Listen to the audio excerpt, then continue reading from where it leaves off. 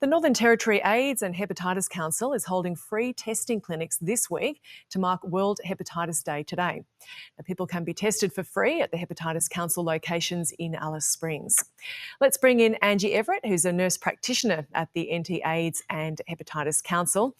Now, Angie, you're working at the Hepatitis Clinic. How's it going? It's good, thank you. How are you today, Gemma? Yes, very good. Happy World Hep Day. Yes, happy World Hep Day. Now, the Hepatitis Council says the latest research shows 6,300 people in the NT have hepatitis. Can you tell us about that and the prevalence in Australia?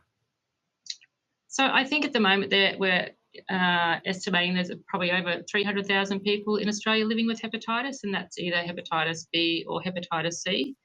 And again, so we'll be saying just over 6,000 in the Northern Territory. But it's something we really don't know. It's kind of, obviously we know people have had confirmed testing, but we don't know who else out there has it that hasn't been tested. So we're really keen for everyone to find out their hepatitis status. Yeah, so you're saying that actual number could be a lot higher. That's why free testing is so important. What sort of response have you had? I mean, how busy do you expect it to be over this week? Oh, I'd love it to be super busy, but we've kind of been working away in this space for many years now. We've down in the Northern Territory AIDS and Hepatitis Council in Darwin. We've been running a clinic every Thursday for nearly 4 years for people to come and access hepatitis testing for free.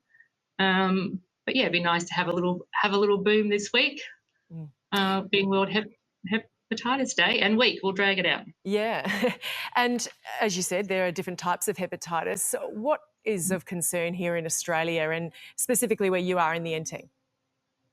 I guess nationally, our biggest hepatitis concerns are with hepatitis B and hepatitis C, which would also, it's the same in the Northern Territory. And we do tend to have a high prevalence of hepatitis B, specifically in our First Nations people in the Northern Territory. But again, we still have, I think, quite high hepatitis C rates per capita than we see nationally as well. So, yeah, we really need to get onto it. And what would people be looking out for to bring them to, the free testing that you're offering or testing in general, or should they just come along anyway?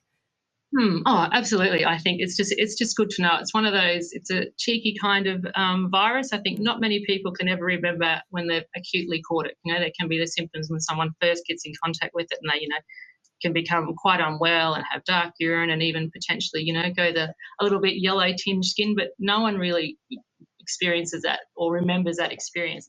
It's just you come in contact with it and then it's pretty much asymptomatic, which is the tricky thing about it. So people don't know they have it because they feel fine.